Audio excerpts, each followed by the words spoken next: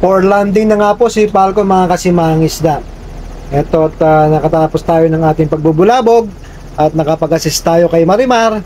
Ang isda po ay nasa loob lang mga kasimahang isda. Sa tansya ko po mga nasa more or less 100 tons po yung nasa loob ng ating lambat. Kaya antabayanan po natin na makita natin kung gaano karami talaga. So yan nga po ang trabaho ng isang tuna pilot. Doon sa mga nagtatanong kung ano po yung tuna pilot. Ang tuna pilot po ay helicopter pilot po mga kasimahang isda.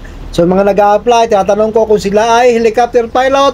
Ang sagot po nila ay hindi po. Ayan mga kasimahang isda. So eto ngayon mga kasimahang isda. Ito yung isda nating inarihan. Ayan. Ito napakaganda po nito.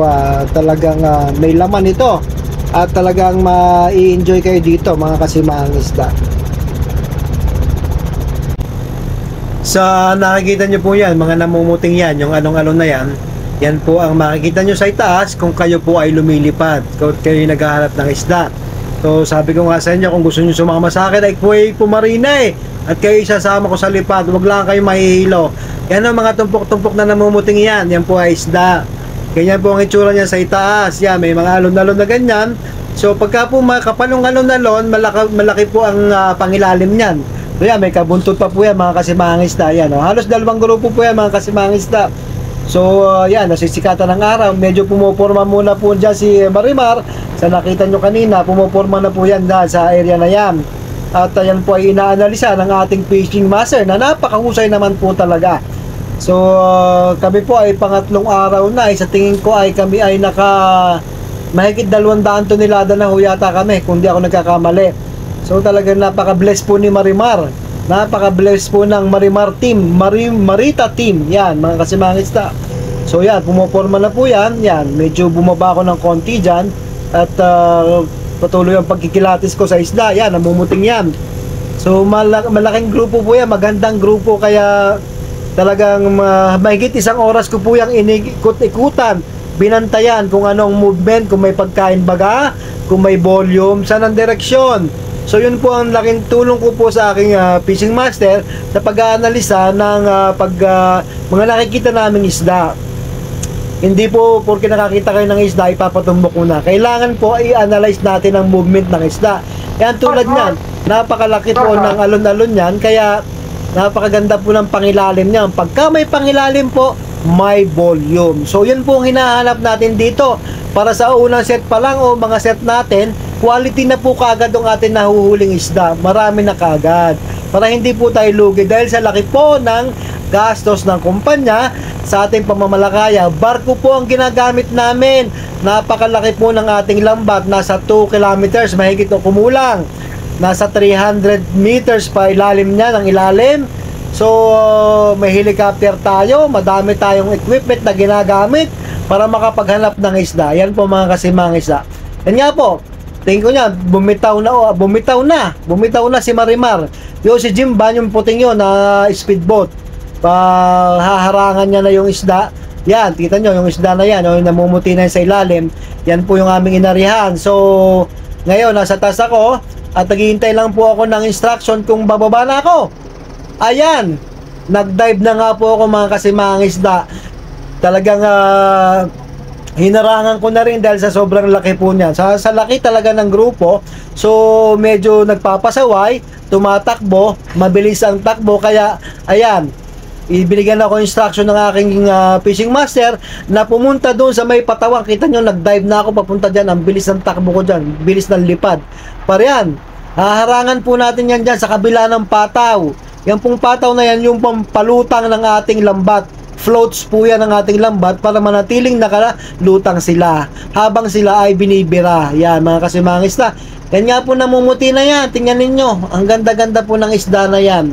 Mahigit kumulang 100 tonelada po yan mga kasimahang isda. Nahuli po yan mga kasimahang isda. Kaya antabayanan nyo po ang kasunod nitong video na ito para makita nyo kung ganong karami at ano ang nahuli namin, anong volume. Yan po. Habang yan po, nagbubulabog ako dyan, tinitingnan ko yung ulo o yung movement ng isda kung saan sila patungo. Kasi pag once na lumubog po yung mga kasimahang isda, makasisid, talo po tayo dyan. Makakawala po yan. Mapag sumisid na yan, delikado, wala na.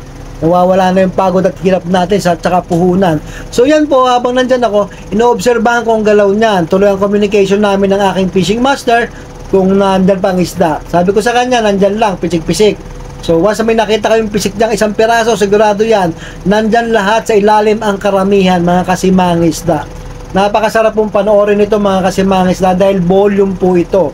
Napakaganda at talagang tayo ay na-bless na naman ni Lord. Sa ating po mga followers, mga bago lang po sa aking Facebook page, sa YouTube channel, ganito po ang ating panghuli ng isda. Sa Pacific Ocean po kami, sa Papua New Guinea. Wala po kami sa Pilipinas, mga kasimang isda. Wala kami sa Pilipinas. Ito po ay commercial fishing, kaya ganito po ang pamamaraan ng ating pangingisda, mga kasimang isda. Pinapaliwanag ko lang po kasi sa dami po ng ating followers, ang dami po nagtatanong. So panoorin nyo po ito. Ito po ang kasagutan sa inyong mga katanungan, mga kasimang isda. Ayan po. Malapit na po sa main skip namin. Magpapalag po na sila para kunin yung kable. Yung kable po niyan, yun po yung binibira ng hydraulic winches natin. Binibira po yan para lumalim po ang lambat, para hindi makatakas ang isda. Ayan nga po, nandyan ako sa proa o sa unahan ng ating barko dahil medyo lumapit dyan ang isda, kaya dyan ako pinapunta ng aking fishing master. So nakikita nyo, ang ganda-ganda ng ating barko, si Marimar, mga kasimang isda. Ayan po ang ating barko. Kilalanin po ninyo habang yung mga ating mga bagong followers po, ayan po. Lagi ko mababanggit yung Marimar, Falcon, mga boboy-baboy. Yan po yung mga terminologies na ginagamit ko sa aking vlog, mga kasimang isda. So, ganyan po ang aming panguhuli. Talagang tunay-tunilada, daan-daan tunilada po ang nahuli dito sa area na ito. Kasi wala po tayo sa Pilipinas, nandito po ang magandang fishing ground, mga kasimang isda. So, sa bago lang po, ito po, sana po maunawaan ninyo ang aking mga sinasabi at nang ma-enjoy nyo po ang aking videos. Panoorin nyo lang po dahil may kasunod po ito. Nasa 100 plus po ang nahuli namin dyan. Antabayan nyo po, mga kasimang isda, yung 115 tons na nahuli namin. Ayan.